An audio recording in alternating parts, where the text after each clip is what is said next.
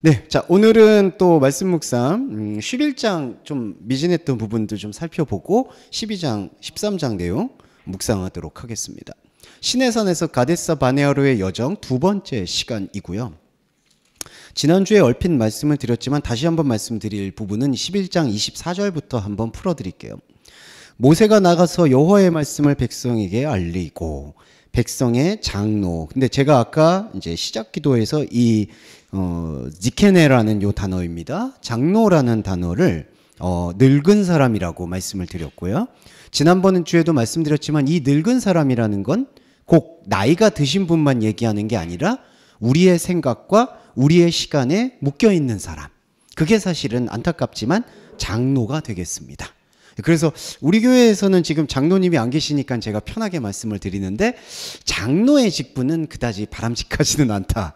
네, 장로의 직분이라는 거는 사실 이게 되게 아이러니한 게 있어요. 왜냐하면 교회는 저도 목사이지만 사실은 직분이 중요한 게 아니고 직분은 그냥 거들고 소개하는 거에 불과하고요. 원래는 하나님을 각자가 만나는 사람들의 공동체가 교회여야 되는데 장로라는 직분이 좋은 뜻은 있지만 그러니까 공동체를 다스리고 뭔가 질서가 잡혀지게 가져가는 어떤 유익은 있겠지만 그게 자칫 잘못하면 이제 하나님이 아닌 사람의 시간의 노예가 되어서 사람을 다스리고 가르치려고 하는 것으로 넘어갈 수가 있습니다.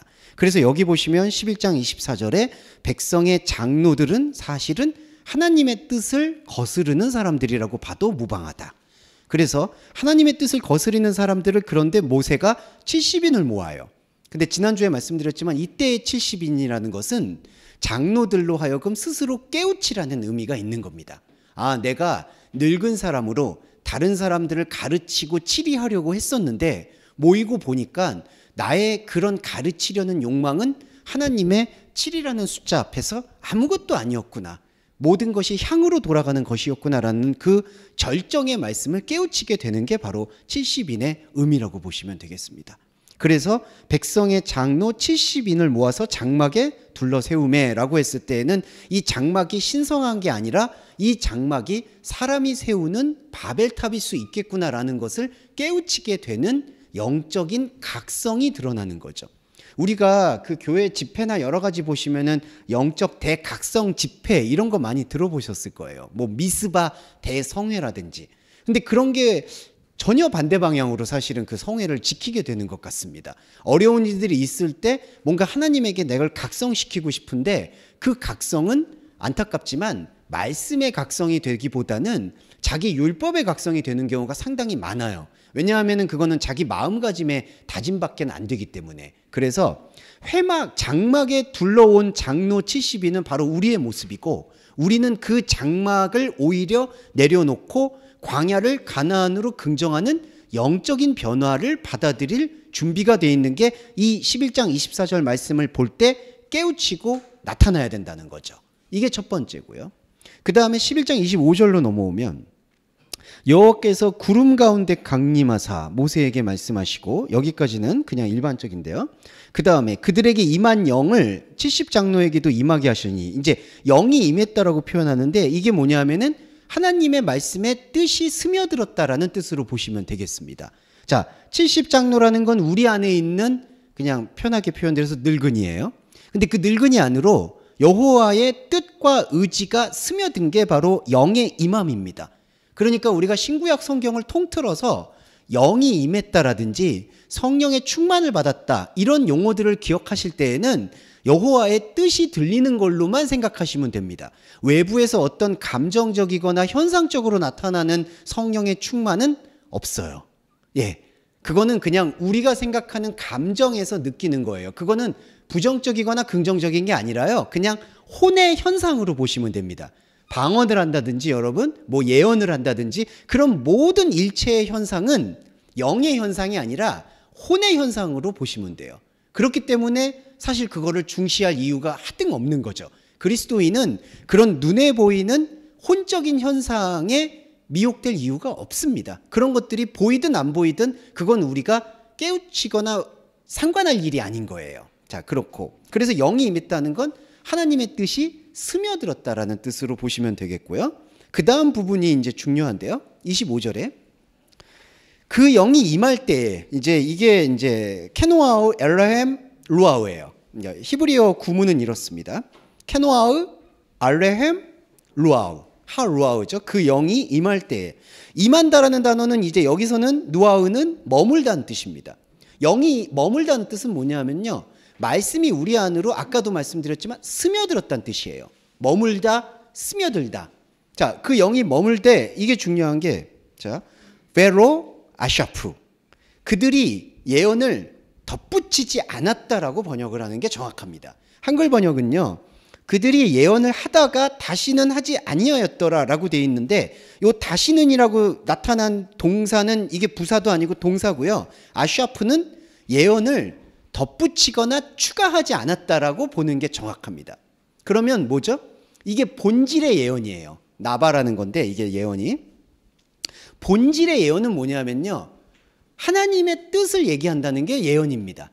그러니까 예언이라고 얘기할 때 우리는 앞서서 있는 일, 미래의 일을 얘기한다, 맞춘다 이렇게 이제 이해를 많이 해요. 그래서 이제 예언가라고 얘기한다는 거는 미래의 일을 예측하는 사람이라고 알려져 있는데 하나님의 말씀이라는 것은 사람의 시간을 넘어서 있거든요. 그러니까 사람의 측면에서 예언은 크로노스에서의 앞서 일, 이제 앞으로의 일 이거를 예언하는 건데 하나님이 말씀하시는 시간은 창조의 시간이기 때문에 우리가 생각하는 시간과 개념이 다르죠.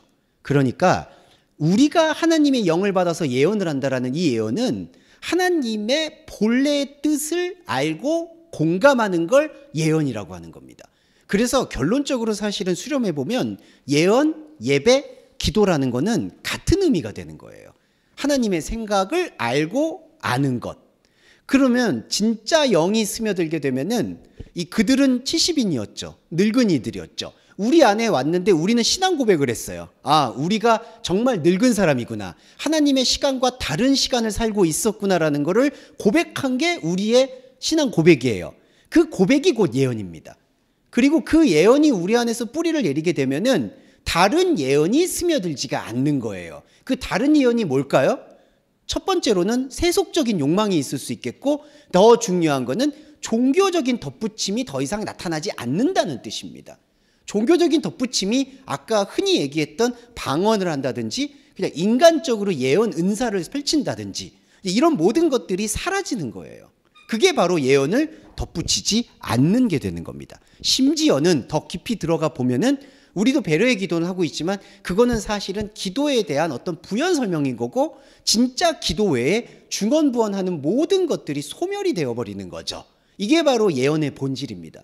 그래서 제가 동서말씀교회에서의 이 그리스도적 예언이라는 것은 그냥 이 시간에 말씀으로 우리의 시간을 내려놓고 하나님의 생명에 대해서 노출하는 그 이상도 이하도 아니다라는 그 혼의 마음가짐을 가지시게 되면 그게 곧 예언이 되는 거고 그게 곧 우리에게 예언의 본질적인 은사가 되는 것이다 라는 게 바로 11장 25절에 영이 임했을 때 나타나는 현상이에요.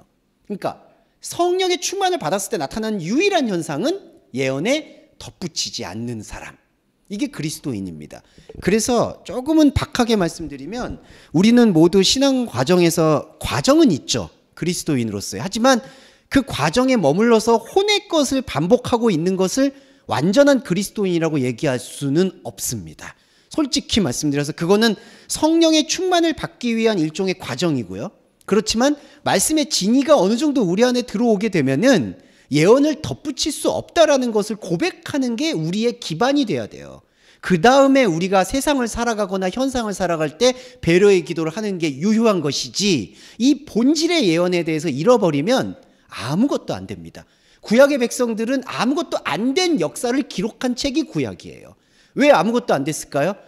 이 예언을 잃어버리고 덧붙여가지고 하나님의 왕국을 만들려고 하고 그리고 하나님의 영광을 높이려고 하고 가나안 땅은 광야라고 하나님께서 분명히 말씀하셨는데 또 눈에 보이는 가나안에 들어가려고 용을 쓰고 이 모든 현상들이 구약 백성들의 그 신앙이 실패였다는 것을 고백하는 데 집중되어 있는 거죠. 그런데 여러분 우리가 이 개신교인인데 구약을 읽을 때 그렇게 읽지 않는 태도들이 난무하고 있죠. 그래서 우리는 그 예배를 통해서 이 예배를 통해서 가지치기를 하고 있다. 이렇게 생각하시면 되겠습니다. 자, 25절에가 바로 이거예요. 그들이 예언을 덧붙이는 일을 더 이상 하지 않았다. 이게 25절이고요.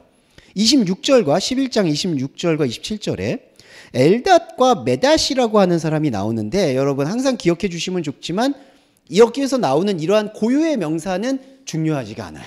네, 여기서의 이름은 엘닷이든 메닷이든 중요하지 않습니다. 그런데 특정한 사람들이 있었다는 거예요. 근데 이 특정한 사람들이 장막에서 머물고 진영에서 예언을 해요. 그런데 여러분 이 진영 안에서의 예언을 한번 살펴볼게요. 이 진영이라는 게 지난주에도 말씀드렸지만 싸우는 장소입니다. 싸우려고 하는 장소예요. 그런데 하나님이 진짜 싸우라 하는 거는 뭐였을까요? 이 신약 성경으로 돌아와서 우리의 영적 전쟁이라는 거는 우리 안에 하나님과 달랐던 혼의 장벽을 파쇄하는 영의 말씀을 흡수하는 게 영적 전쟁의 본질인데 사람은 그런 영적인 전쟁에 대해서 다르게 이해하게 되는 거죠. 특히 구약시대에는 이 전쟁을 영적인 전쟁으로 보지 않고 육적인 전쟁으로 본다는 거예요. 이 육적인 전쟁이 바로 그냥 쉽게 말씀드리면 종교적 전쟁입니다. 그러니까 우리가 무슨 마귀를 대적하라 그럴 때 대적 기도한다든지 와 주님 물러가라 사탄아 물러가라 이런 얘기한다든지 그렇게 하는 행동들이 사실은 육적인 기도라는 거예요. 여러분 이게 교회에서는 우리 교회는 영적인 전쟁을 하고 있습니다 말은 그렇게 하는데 현상적으로는 다 현상적인 기도를 하는 거예요. 귀신아 물러가라 마귀야 물러가라. 근데 그런 기도가 모두 육적인 기도입니다. 혼적인 기도예요. 그런 기도는 효능이 없을 뿐더러 영적인 체계에서 효능이 없을 뿐더러 더 문제는 혼적인 것 안에서 효능이 나타나면 그걸로 재미를 보게 된다는 거예요. 무슨 뜻이냐 여러분 잘 아시겠지만 기도할 때 저희들도 과정이 있으니까 그런 기도할 때 응답받으신 적 있잖아요. 예. 근데 그게 바로 하나님이 우리가 그런 기도를 해서 들어주셨다는 게 아니에요. 그런 과정으로 가는 중에서 이 시간에 하나님의 말씀의 본질을 보기 위해서 하나님께서는 배려를 하셨던 건데 그 배려를 우리의 기도의 응답으로 오해를 했다는 걸 우리는 이제 고백을 해야 되는 겁니다. 우리가 했던 그런 중언부언의 기도로 하나님께서 응답해 주시는 게 전혀 아니에요. 그런데 그런 응답을 해주시겠지 하는 마음가짐으로 기도하고 예언하는 게 바로 진영 안에서의 예언인 거예요. 그러니까 여기서 말하는 진영은 영적 전쟁을 하는 자리가 아니라 사람들이 생각하는 육적인 전쟁, 혼적인 전쟁, 곧 종교의 전쟁을 벌이려고 하는 것 안에 있는 예언입니다. 그런데 이 예언을 가지고 27절에 소년이 달려와서 모세한테 엘닷과 메닷이 진중에서 예언합니다 라고 모세한테 얘기를 해요. 그런데 28절에 보시면 뭐가 나오냐면 택한 자 중에 한 사람 모세를 섬기는 눈의 아들 여호수아가 말하되 내 주 모세여 그들을 말리소서라고 얘기를 해요. 여기서부터가 이제 또 하나 중요한 부분이에요. 여호수아는 모세의 분신이기도 합니다. 그런데 모세의 어떤 분신이냐 참 안타깝지만 모세의 혼적 자아를 대표하는 분신이에요. 그래서 나중에 여러분 여호수아서로 넘어가면은 여호수아가 실제로 하나님이 들어가라고 한 땅이 아니었는데 가나안 땅을 들어간 거예요. 그거는 좀 묵상이 필요하죠. 잘 아시겠죠? 근데 여호수아가 나중에 점점점 깨우치게 돼요. 여기가 하나님이 들어가라고 지시한 땅이 사실은 아니었구나. 우리의 욕심이 잉태한 땅이었구나라는 거를 깨우치게 됩니다. 그게 여호수아예요. 그래서 여호수아는 여기 보시면 택한 자 중 한 사람 모세를 섬긴다. 이 의미가 뭐냐 하면은 정말 모세의 뜻을 영적인 뜻을 계승했다는 뜻이 아니라 모세의 혼적인 모습을 고백하고 드러내는 고백자라고 보시는 거예요. 이 눈의 아들이라는 뜻이요 본다라는 뜻인데 이 본다라는 게 뭐냐 하면은 모세 안에 여러분 안에 혼의 거울을 본다라는 의미를 묵상하시면 좋습니다. 그래서 여호수아는 여호와의 구원이라는 뜻인데 여호와의 구원이라는 게 긍정적인 의미만 있는 게 아니라 여호와의 말씀이 투사가 되어서 우리의 혼적인 모든 것들을 투명하게 보게 되는 상태가 바로 여호와의 구원 여호수아예요. 그래서 저와 여러분이 그걸 마음에 심어놓고 여호수아의 지금 이 혼의 상태는 무엇이 있느냐 엘닷과 베닷 이름도 헷갈려. 죄송해요. 제가 이런 고유명사를 잘 못 외워서 엘닷과 메닷이 진중에서 예언하는 거잖아요. 근데 그걸 말려달라고 하잖아요. 이게 잘 봐야 되는 게 이걸 말리는 게 좋은 의미가 아니라 엘닷과 메닷이 진중에서 예언을 하는데 여호수아는 뭐라고 생각하냐면은 예언은 조금 더 특별하게 선택받은 사람이 해야 되는 거 아니냐. 그런데 저렇게 아무나 예언을 하면 되겠느냐라고 해서 말려달라고 모세한테 얘기하는 거예요. 그런데 자, 말려달라고 얘기하는 그 마음에 저희가 뭐가 있느냐. 엘닷과 메닷이 하는 예언, 이게 진영 안에서의 예언이잖아요. 그럼 아까 우리는 말씀이 어떻게 묵상했죠? 이거는 잘못된 예언이에요, 여러분. 추가된 예언입니다.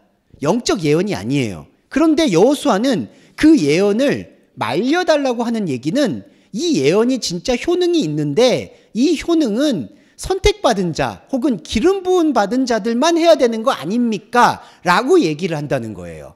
흔히 얘기해서 여러분 무슨 신사도 운동이라고 아시죠? 뭐 어떤 단체들이 아마 있는 걸로 알고 있어요. 그런 단체들이 요즘 얘기하는 게 뭐냐? 하나님의 특별히 기름 부음 받은 사도들만이 예언을 할 수 있다. 다른 예언들은 가짜 예언이다 라고 얘기하는 경우를 여러분 왕왕 보셨을 거예요. 이게 지금 여호수아도 마음의 선의는 있지만 지금 이 예언을 인정한다는 거예요. 잘못된 예언이에요. 그런데 그 잘못된 예언 중에서 이 잘못된 예언이라고 생각을 안 하고 이 예언은 맞는데 이 예언은 특별히 영분별을 할 수 있는 사람만 해야 되는 거 아닙니까? 라는 뜻에서 모세에게 말려달라고 얘기한다는 거예요. 그러면은 잘못된 예언을 좋은 예언으로 긍정하고 근데 좋은 예언은 영적으로 영성이 높은 사람만 해야 되는 거 아닙니까? 라고 얘기하는 혼적인 심리가 여기에 스며들어 있다는 거죠. 여호수아의 이게 아킬레스건입니다. 좀 이따가 13장 얘기를 드리겠지만 정탐꾼 얘기가 나오는데 여호수아와 갈렙이 의욕을 비춰요. 근데 죄송한 말인데 그게 도찐 개찐입니다. 그냥 가나안 사람들 무섭다 엄청나다라고 얘기하는 사람이나 안타깝지만 여호수아와 갈렙이나 종교적인 성정은 동일하다고 보셔야 되는 거예요. 이게 참 안타까운 현상입니다. 그런데 은혜인 것은 여호수아와 갈렙이 그렇게 가나안 땅, 실제 가나안 땅에 들어가고 나서 깨우친다는 게 중요한 거죠. 신앙 고백을 한다는 게 중요한 겁니다. 하지만 우리가 분명히 알아야 되는 것은 여기서의 여호수아는 모세의 혼적인 거울이다. 그래서 이 모세의 혼적인 거울은 이 덧붙인 예언을 진짜 예언으로 긍정하고 덧붙인 예언을 진짜 예언으로 긍정하고 그 예언은 특별히 선택받은 사람만 해야 된다라는 차등을 갖고 있는 사람인 거예요. 참 한심하고 안타깝죠. 그래서 모세가 29절에 이거래요. 모세가 그에게 이르되 너가 나를 시기하느냐 부러워하느냐. 이게 참 이상한 얘기예요. 너가 나를 두고 지금 부러워하느냐. 지금 이게 그러면 지금 여호수아가 근데 모세를 뭐 시기하지 그런 게 없었잖아요. 근데 여기서 29절에 보시면 모세가 여호수아에게 이르되 너가 나를 시기하느냐라고 얘기를 해요. 자, 이거는 뭐냐면요. 모세가 자기 자신의 혼적 자아를 고백하는 거예요. 아, 이 여호수아라는 존재, 내 안에 있는 존재는 지금 이 예언이라는 것을 본질적으로 보지 않고 상대적으로 보고 있구나. 왜냐하면요. 이 카나라는 단어예요. 시기하느냐, 시기라는 단어가 카나라는 단어나 젤로스라는 헬라어는 다 상대가 있는 단어입니다. 용어가. 자, 여러분 시기나 질투라는 것도 보시면 상대가 있다는 거예요. 그러니까 상대가 와서 상대가 나보다 높거나 잘났거나 내가 극복하고 싶거나 열등감을 느끼거나 우리의 모든 심리가 열등감, 컴플렉스 이런 모든 게 어디서 유래하죠? 자기 자신만 바라볼 때 나오지가 않아요. 자기 자신만 비추는 게 아니라 외부에서 보고 외부에서 나를 규정하는 모습을 봤을 때 초라하거나 아니면은 자부심을 느끼거나 이런 게 시기예요, 여러분. 그러니까 지금 모세는 29절에 고백하는 거예요. 여호수아인 자기 자신한테 아, 이 예언을 지금 내 혼적인 자아는 상대적으로 보고 있구나. 그러니까 시기한다는 얘기는 예언을 본질적인 예언으로 보는 게 아니라 그냥 외부에서 정말 미래의 일을 예언하고 점치는 것처럼 보고 있구나. 이 여호수아한테 하는 말이기도 하지만 모세 자신한테 하는 말이기도 한 겁니다. 너가 나를 시기하느냐. 그러면서 이 깨달음을 우리한테 풀어주세요. 이 한글 번역을 먼저 볼게요. 여호와께서 그의 영을 모든 백성에게 주사 모두가 선지자가 되게 하시기를 원한다. 여기도 제가 적어놨어요. 네바임 이테 아도나이. 이게 뭐냐 하면은 여호와는 우리 모두가 네베 예언을 하기를 원하신다. 네. 그래서 예언을 하기를 원하신다고 얘기하세요. 이거는 신약 성경에 보시면은 바울이 서신 중에 쓴 것 중에 고린도전서를 기억합니다. 너희들이 특별히 예언을 하기를 바란다라고 얘기를 해요. 근데 거기서 말하는 예언이 무엇이었을까요? 본질의 예언이죠. 여호와의 뜻만 이해하고 교감하고 그 영적인 생명력을 우리 안에서 키우는 게 예언이에요. 다시 거듭 말씀드리지만 미래의 일을 예측하는 예언은 예언 아닙니다. 성경에서 얘기하는 예언은 그런 미래의 일하고 아무 상관이 없어요. 여러분 안에서 스며드는 여러분의 생명에만 관심을 가지고 거기에만 하나님의 말씀을 드러내는 행위가 예언이고 거기에 덧붙이는 게 중언부언이고 그게 다른 복음이에요, 여러분. 그래서 그런 예언을 하시는 말을 절대로 귀담아 들으실 필요가 없습니다. 네, 제가 이걸 고백하는 이유는 저는 항상 파키스탄에 가야 된다고 옛날에 어떤 선교사님이 아니 왜 뜬금없이 파키스탄이야? 그것만 5번 들었어요. 파키스탄 가야 된다고. 파키스탄 안 가면 하나님께서 아마 치신대요. 그 친다는 표현 많이 들어보셨죠? 뭐 하나님께서 사업도 안 되게 하시고. 그래서 정말 죄송한데 고백하면 사업이든 뭐든 잘 안 되더라고요. 제가 파키스탄을 안 가니까. 그러니까 하나님께서 정말 파키스탄 가라고 하시는가 보다. 한때 흔들렸어. 제가 고백을 하면 죄송한데. 근데 안 갔습니다. 파키스탄 갈 길이 없더라고요. 그게 그때도 입국 정차가 까다로워가지고 실제로 알아보기까지 했거든요. 부끄럽지만. 네. 근데 진짜 갔으면 어떡할 뻔했어, 제가. 네. 진짜 어떡할 뻔했을까요? 지금 생각만 해도 위요. 근데 저는 그래서 그 선교사님 진짜 원망스러워. 막 정말 확신에 차서 말했거든요. 눈에 보인대요. 그분 정말 보였겠죠. 예, 근데 그게 뭐였을까? 나중에 알고 보니까 그건 그분의 혼적인 작용인 거예요. 혼적인 작용에서 제가 아랍하고 닮아서 그런지 아랍권이 보이셨던 거겠죠. 예. 그러니까 아마 파키스탄을 가라고 얘기하신 건데, 근데 사람이 정말 약한 게 정말 고민 많이 했어요. 한 1년 정도 고민했어요. 나 정말 가야 되나? 왜냐하면 1년 동안 정말 일이 되게 안 되더라고요. 그러니까 이거 진짜 하나님 뜻인가? 이거 뭐 안 되나? 뭐 학교도 안 되고요. 뭐도 안 되고 뭐가 안 되는 거예요. 그러니까 하나님께서 정말 나를, 그래서 잘 아시겠지만 신학대학교 가보시면 그런 학생분들이 상당히 많습니다. 이거에도 안 되고 저거에도 안 되니까 이게 하나님의 뜻이다. 제가 이 말씀을 조금 더 부연 설명드린 이유는 속지 말아야 됩니다. 예언은 그런 게 아니에요. 그냥 여러분들이 여러분들의 어떤 안목과 해안을 가지고 당신은 미래에 이런 일들을 했으면 좋겠습니다라고 그냥 권면을 하시는 거죠. 그게 성경의 말씀과 하등 접목해서는 안 된다는 말씀을 꼭 드리고 싶은 게 이 모세도 그걸 강조한 거예요. 그게 바로 29절에 모두가 선지자 되기를 바란다는 뜻은, 이게 바로 모두가라는 게 모든 사람이라는 뜻이 아니라 한 존재의 모든 것. 항상 말씀의 기법은 이렇습니다. 전체가 선지자라고 얘기하는 게 아니라요. 너 한 인생의 모든 것, 그럼 인생의 전체죠. 그 인생의 전체가 사실은 예언을 하기를 원한다고 보는 겁니다. 그게 바로 바울이 얘기한 특별히 예언을 하기를 바라는 태도와 동일하다. 이렇게 보시면 되겠습니다. 자, 이게 바로 11장 마무리 부분에서 예언의 본질에 대해서 저희가 다시 한번 깨우쳤고요. 그리고 잘 아시겠지만 이제 영적인 것과 혼적인 것의 혼합을 좀 말씀을 드릴게요. 이게 나쁜 의미가 아니라 영적인 태도에 대해서 우리가 눈을 뜨면 현상 세계에서의 움직임에 대해서 이거를 같이 전복하는 일들을 계속 분리하게 되는 은사가 일어납니다. 이게 뭐냐? 쉽게 말씀드려서 영은 영대로 가는 거고요. 혼은 혼대로 갈 수 있는 힘을 얻는 거예요, 여러분. 이게 뒤섞이면은 다른 복음이 되는 겁니다. 쉽게 말씀드려서 나는 영적으로는 충만하고 영적인 생명은 지금 고향 높이 올라가는 것 같은데 나의 혼적인 자아의 모습은 그렇지 않은 것 같아. 이게 수많은 종교인들이 문제시 삼는 거예요. 무슨 뜻이냐? 당신 아무리 이렇게 말씀을 연구하고 보면 뭐하냐? 당신의 인생이나 삶에서 뭐 좋은 열매도 일어나지 않는 것 같고 당신은 성품도 똑같은 것 같고 거기에 현혹돼서는 안 됩니다, 여러분. 이게 왜 그러냐면은 영은 영대로 가고요, 혼은 혼대로 가다가 어느 순간 영의 압도가 우리의 시간과는 무관하게 혼을 완전히 뒤덮는 상황이 도래를 해요. 이미 도래를 하셨고 사실은 여러분과 제가 체감하지 못한 것 뿐이에요. 그게 바로 바울이 말하는 말할 수 없는 세 번째 하늘의 신비예요. 이게 영적인 황홀경입니다. 그런데 그 황홀경에 대해서 우리가 혼적인 조바심은 왜 혼의 세계가 변화가 없지? 왜 내 마음은 이렇게 또 여전히 조급하고 불안하지? 자꾸 그런 것들을 체근질하면서 내가 이거 말씀을 보는 게 맞는 거야? 이렇게 보는 게 맞는 거야? 라는 의구심을 계속 갖게 되는 거예요. 근데 여기에 여러분 속지 말아야 돼요. 왜냐하면 영은 영의 깊이대로 가게 되는 거예요. 비록 혼의 상황이 혹시라도 우리가 볼 때 내 기대대로 나아지거나 호전되거나 개선되지 않는 것처럼 보여도 거기에 현혹되지 말고 계속해서 말씀 세계에 천착을 하시면 어느 순간은 이 혼의 세계에서 내가 일이 안 되는 것 같아, 개선되지 않은 것 같아 라고 생각했던 그 기준이 무너지게 되는 겁니다. 왜냐하면요, 그 기준은 누가 세운 거냐? 여러분의 영적 자아가 세운 게 아니라 아까 시기 질투라고 말씀드렸죠. 여러분을 바라보고 있는 여러 가지 눈들이 세운 거예요. 아, 저 사람이 볼 때 나는 이래야지. 저 사람이 볼 때 난 이런 성품이어야지. 그리스도인의 제일 함정은 바로 여기에 있어요.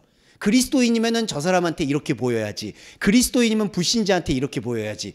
말도 안 됩니다, 이거는. 왜 말이 안 되냐면요, 그리스도인이라서 그렇게 보여야 되는 게 아니라요, 그냥 우리가 삶을 살아갈 때 소양과 양심이 있으면은 타인한테 존중해야지 하는 거지, 그리스도인이라면 이렇게 해야 된다는 그 고리를 이제는 완전히 끊어내야 돼요. 그래야지 영적 자아가 우리 안으로 온전히 스며들 수 있도록 영적인 스며듦을 확신하실 수 있는 겁니다. 제가 항상 말씀드리는 게 이 부분인데, 항상 이거에 대해서 어려워하시는 분들은 이게 영지주의가 아니냐라고 얘기하시는 분들이 있어요. 그냥 영은 영대로 가면 뭐하냐, 열매. 제발 그 열매를 우리가 내려놔야 됩니다. 이게 중요하다고 말씀을 드렸어요.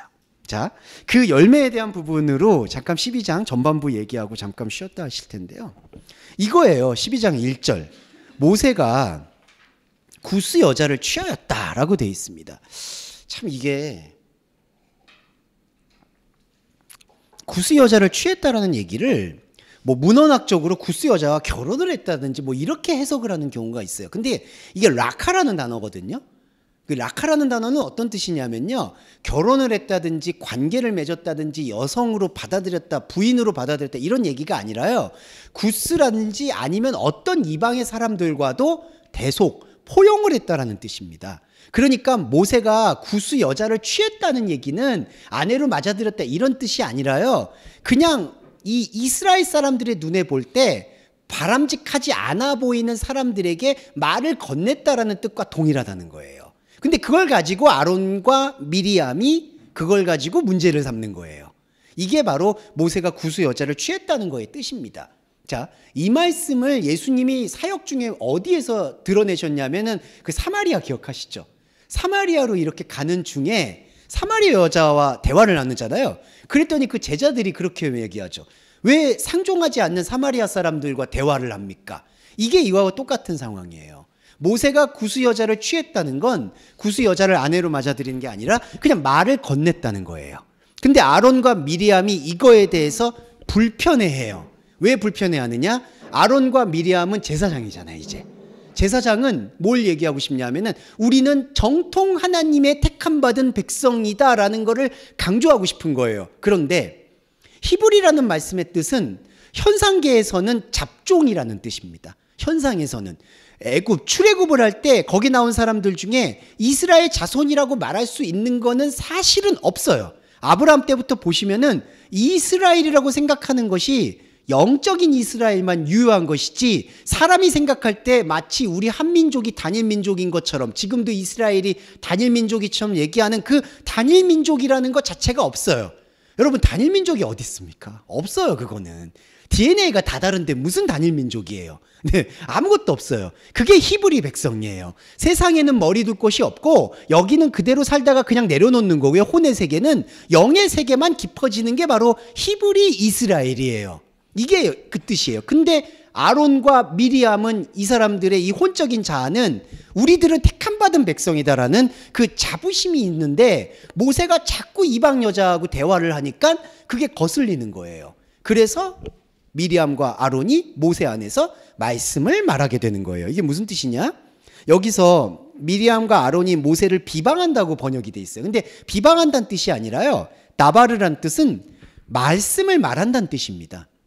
이 무슨 얘기냐면은 모세가 구스 여자를 취하니까 모세한테 결과적으로 당신이 이방의 생각, 사람이 생각할 때 이방의 여자와 대화를 하는 거는 말씀의 기준에 맞지 않습니다 라고 생각을 하는 거예요. 자, 어느 순간 미리암과 아론이 바로 자기가 말씀의 위치와 지위에 있다라고 지금 느끼는 거예요. 이게 왜 그럴까요? 아론과 미리암이 지금 계속 제사를 주관하기 때문이에요. 두 가지 말씀드릴게요. 아론은 제사를 주관하죠. 미리암은 모세한테 뭘 제안을 했었죠? 천부장 백부장을 제안한 사람이 이 인간입니다. 죄송해요. 여기서 미리암이. 근데 문제는 뭐였냐면요. 모세가 천부장 백부장을 세울 때 백성들이 고민을 끌고 와서 얘기를 했잖아요. 그때 모세는 뭘 깨우치냐면요. 이게 중요해요. 백성들이 자꾸 하나님의 뜻을 물어봐요. 모세한테. 근데 하나님의 뜻을 물어보는 뜻이 뭐냐면 쉽게 말씀드려서 제가 이렇게 형제님한테 뭐 돈을 빌려줬는데 돈을 안 갚아요. 제가 안 갚는 거겠죠. 죄송해요. 근데 형제님이 돈을 안 갚아요. 이거 어떻게 해요? 하나님이라면 어떻게 하세요? 이렇게 묻는 거예요. 모세한테. 그래서 모세가 처음엔 혼란스러운 거예요.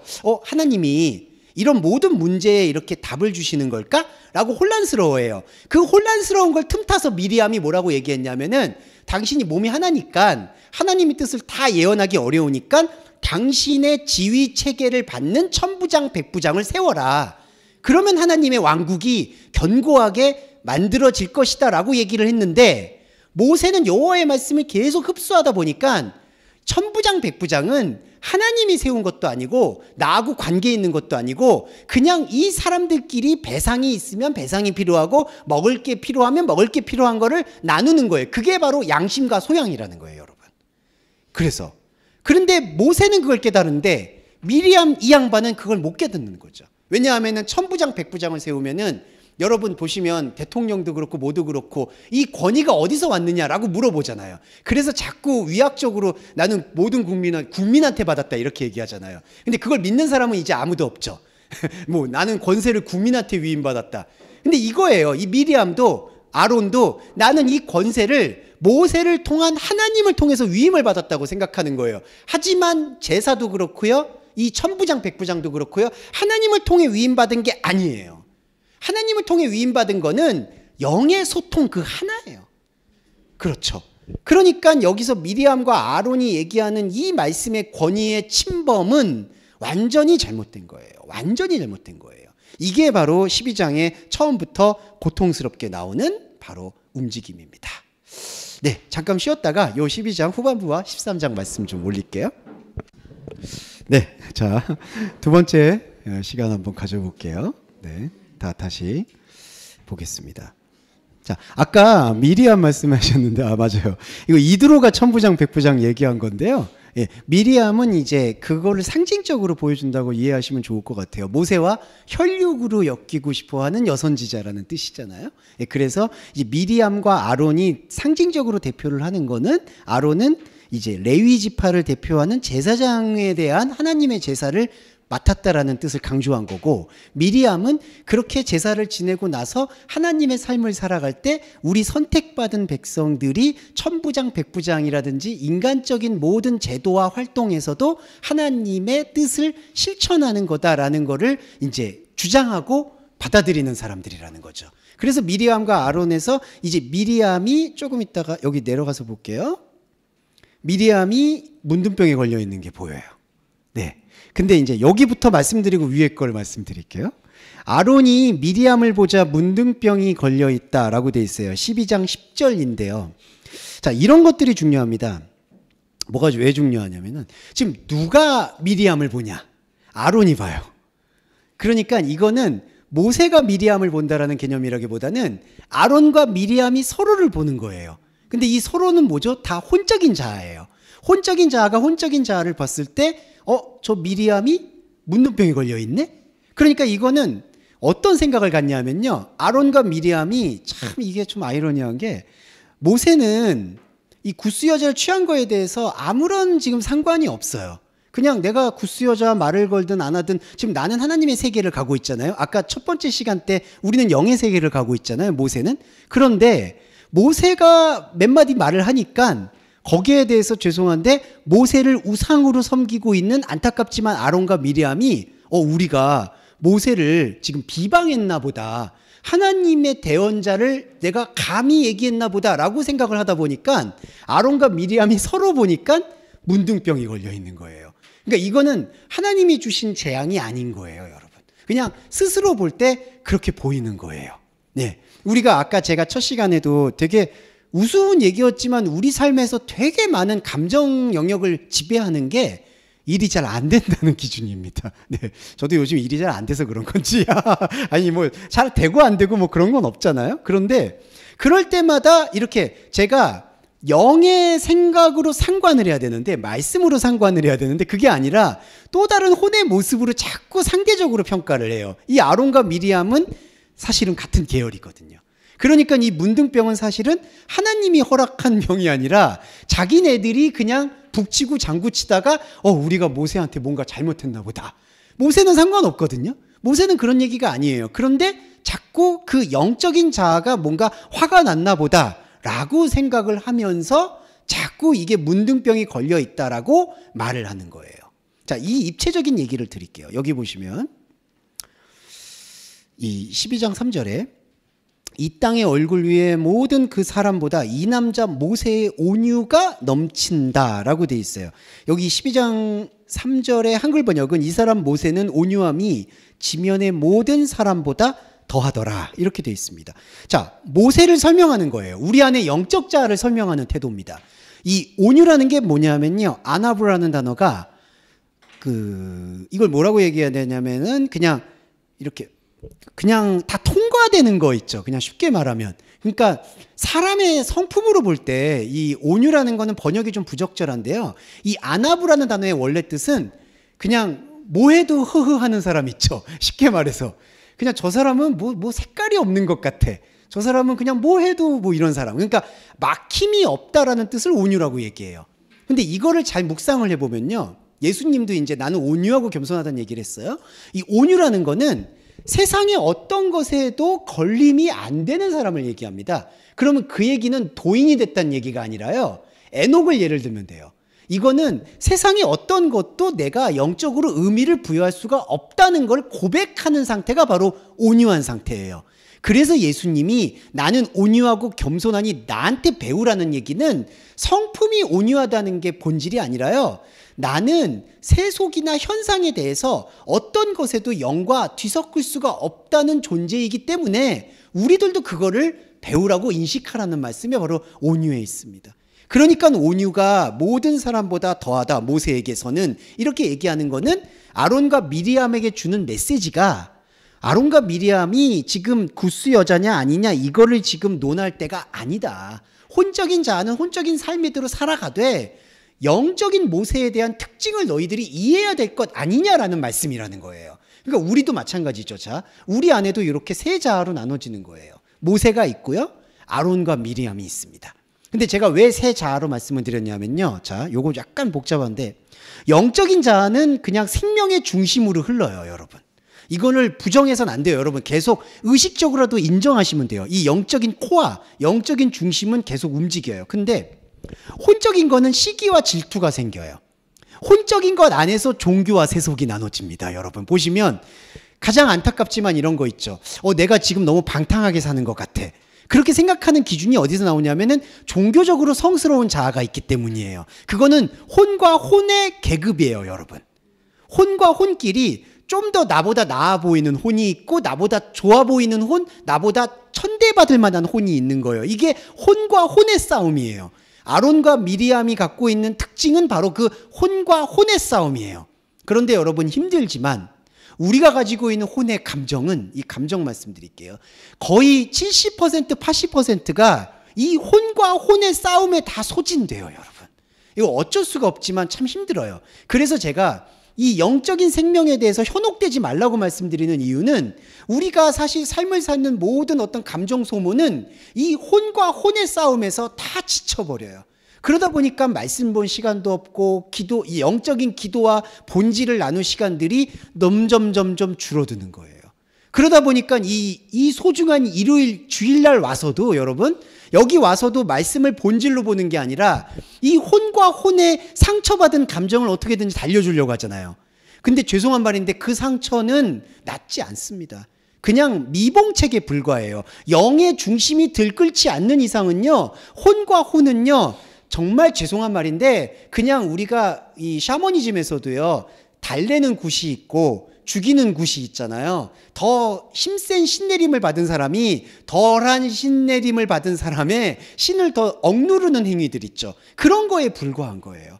그거는 다 샤머니즘입니다. 죄송한 말인데. 그래서 여기서의 모세의 온유는 우리가 발견해야 될 영적인 핵심이다. 이렇게 얘기해요.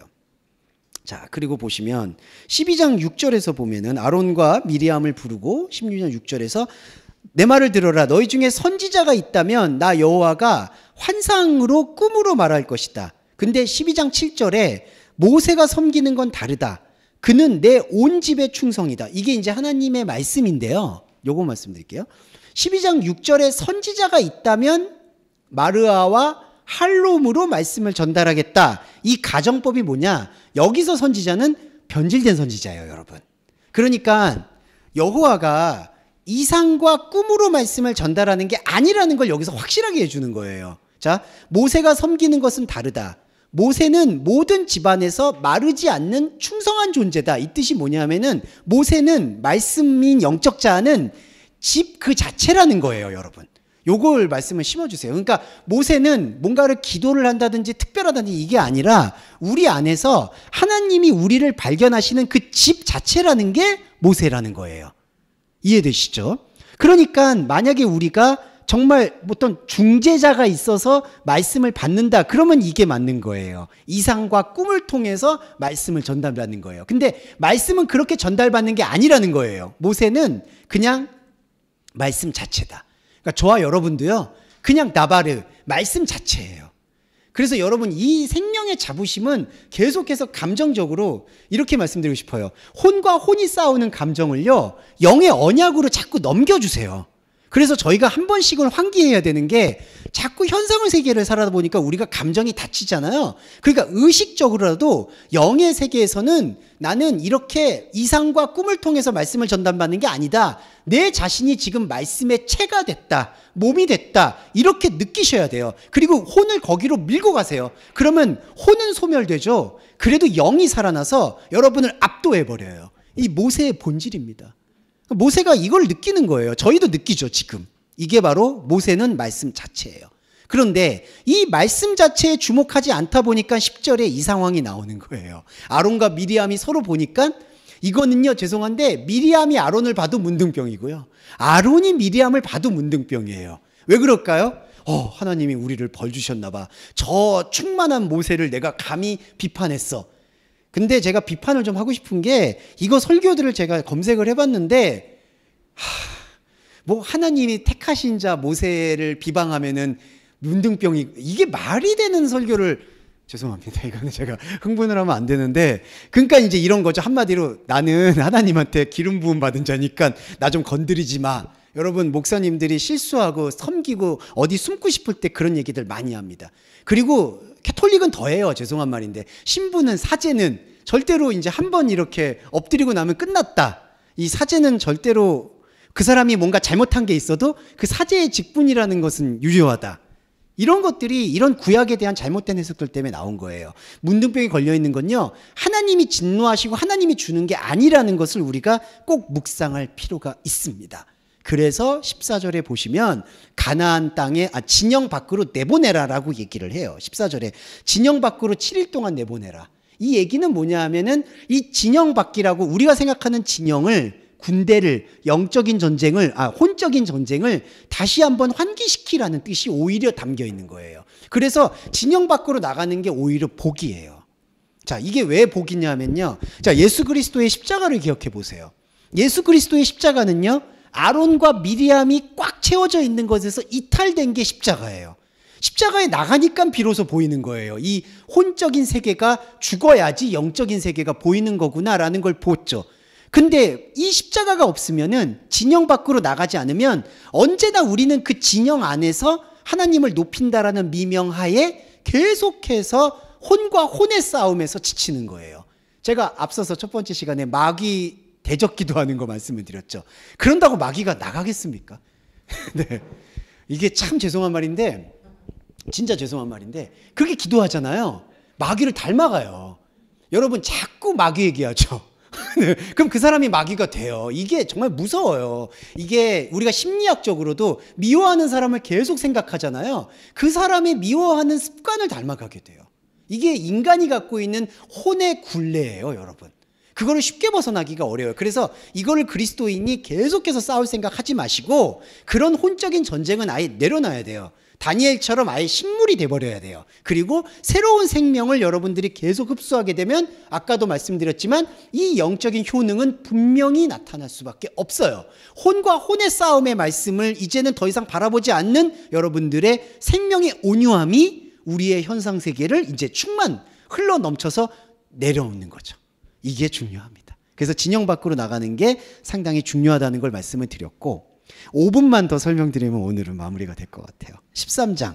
13장이 참 중요한 겁니다. 13장을 저 보면은 참 그래요. 이 13장.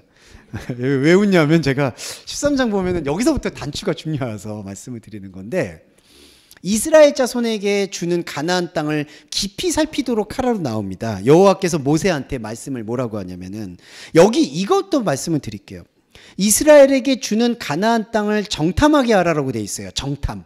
근데 이 true라는 게요. 정탐이라는 뜻도 있지만 생각해 보라는 뜻이 있어요. 그러니까 헤아려 봐라. 그러면은 여호와께서 모세에게 왜 이 단어를 썼을까요? 생각해 보라. 그러니까 정탐이라는 단어는요, 여러분 가서 살핀다는 뜻이잖아요. 근데 이 true라는 히브리어 깊이 살핀다는 거는 그걸 정탐해봐라 가란 얘기가 아니라 이 땅이라는 의미에 대해서 생각해보라는 뜻이에요. 그러니까 쉽게 말해서 우리가 이제 땅밟기 기도 같은 것도 있었잖아요. 강남에 가봐라. 왜냐하면은 항상 목사님들이 교회 세우려고 할 때 항상 강남 가서 기도하시더라고요. 이제 그만큼 좋은 땅을 주신다 뭐 이런 건데 참 그것도 참 그렇죠, 솔직히. 근데 이제 그거는 이제 비하할 필요는 없고. 근데 이제 살핀다는 건요, 가서 직접 보는 것처럼 느껴지잖아요. 정탐이란 단어는. 근데 이 뜻은 그게 아니라 정말 가나안 땅이 그건지 다시 한번 헤아려 봐라. 그럼 이거는 반증해 보면 뭐냐 하면요, 정말 하나님께서 말씀하시는 가나안 땅을 지금 잃어버렸다는 뜻이에요. 그러니까 이스라엘 자손에게 가나안 땅에 대해서 다시 한번 생각해 보라고 얘기를 하는 겁니다. 그래서 보시면은 그들의 조상의 지파 중에서 지휘관 된 한 사람씩. 근데 이 지휘관이라는 게 뭐냐면요, 나쉬예요. 나쉬, 족장. 여기 13장 2절에. 근데 여러분 족장을 보내라고 했는데 13장 3절에 그들은 이스라엘 자손의 머리라고 얘기를 해요. 여기서 이제 갈라집니다. 무슨 뜻이냐면 13장 2절에서는 여호와께서는 모세에게 그냥 족장 중 한 사람을 보내라고 하시는데 13장 3절에서는 이 명령이 변질이 돼요. 그래서 이스라엘의 머리가 된 사람을 보낸다고 해요. 13장 3절에 이스라엘의 머리가 된 사람이라고 생각하는 건 사람의 생각이고요. 그 백성들의 생각이고요. 13장 2절에 족장을 보내라고 하는 것은 하나님의 생각이에요. 그러면 족장이 무슨 뜻일까요? 아까 제가 천부장, 백부장 말씀을 드렸을 때 그냥 세상 일을 보는 사람을 족장이라고 하나님은 표현하는 거예요. 그러니까 여기서는 신적인 위치가 부여되는 게 아니라 그냥 너희들이 많은 사람들이 모였으니까 그들 중에 지혜와 경륜이 있는 사람을 보내라는 뜻이에요. 그러면 이 보내라는 뜻의 본질이 뭘까요? 가나안 땅을 계속해서 말씀으로 다시 한번 돌아보라는 얘기가 족장에 담겨 있어요. 그런데 그 족장의 뜻을 이해하지 않으려고 하는 사람, 그러니까 이거는 천부장 백부장은 하나님의 택한 백성이야, 하나님의 특별한 존재라고 생각하는 이스라엘의 혼적인 존재는 이거를 뭘로 보냐면은 머리로 본다는 거예요.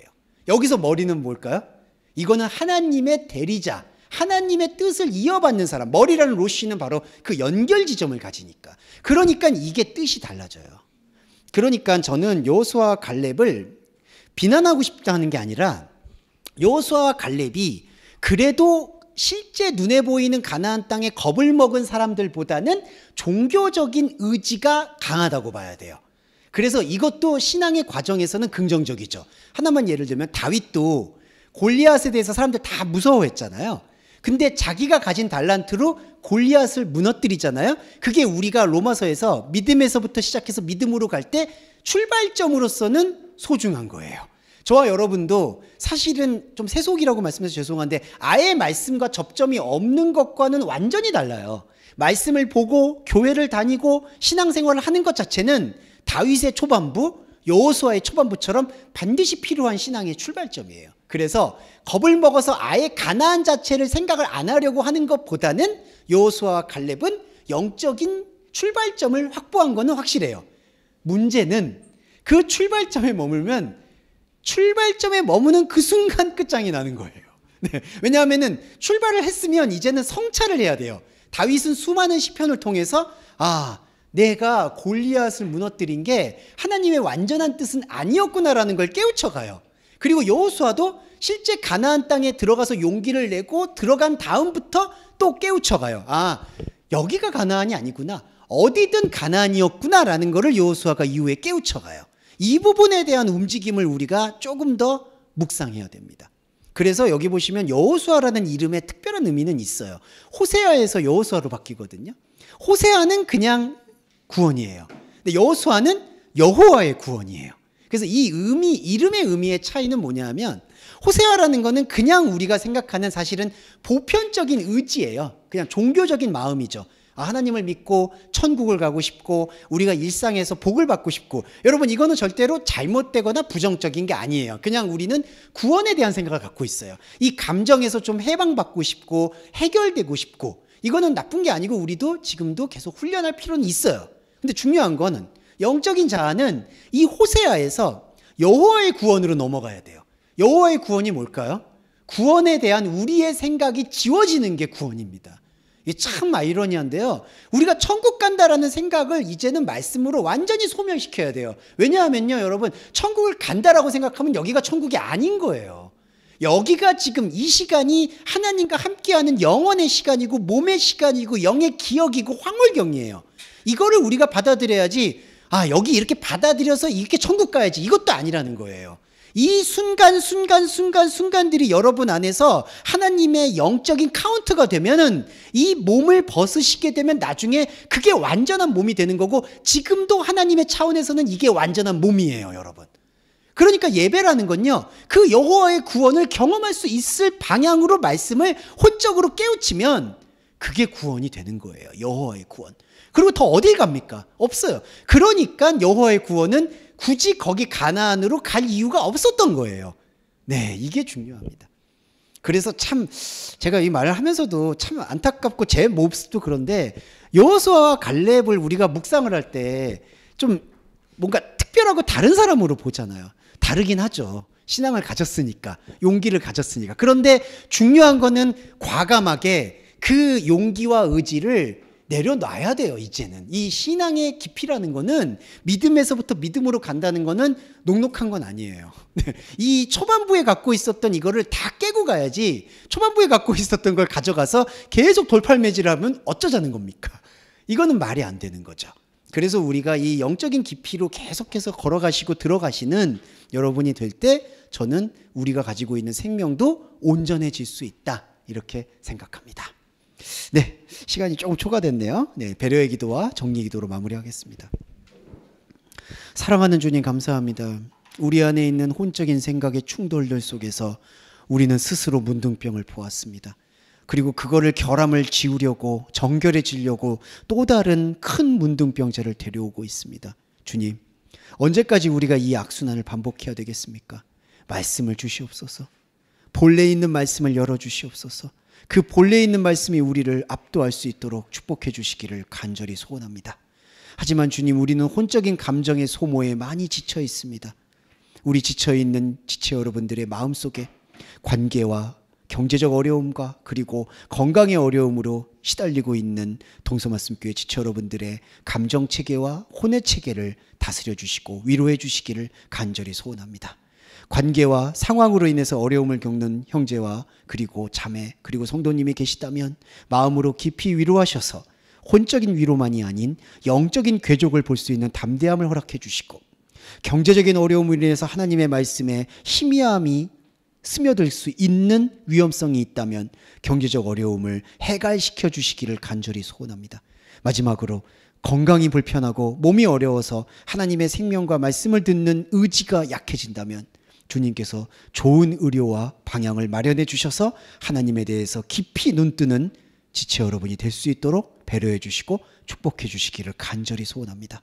우리가 가진 말씀을 생명의 말씀으로 삼고 부활의 기쁨을 느낄 수 있도록 허락해 주시기를 간절히 바라며 예수 그리스도의 이름으로 기도합니다. 아멘. 주기도문 함께 하겠습니다. 하늘에 계신 우리의 아버지여, 이름이 거룩히 여김을 받으시오며 나라에 임하옵시며 뜻이 하늘에서 이룬 것 같이 땅에서도 이루어지이다. 오늘날 우리에게 일용할 양식을 주옵시고 우리가 우리에게 죄 지은 자를 사하여 준 것 같이 우리의 죄를 사하여 주옵시고 우리를 시험에 들게 하지 마옵시며 다만 악에서 구하옵소서. 대개 나라와 권세와 영광이 아버지께 영원히 있사옵나이다. 아멘.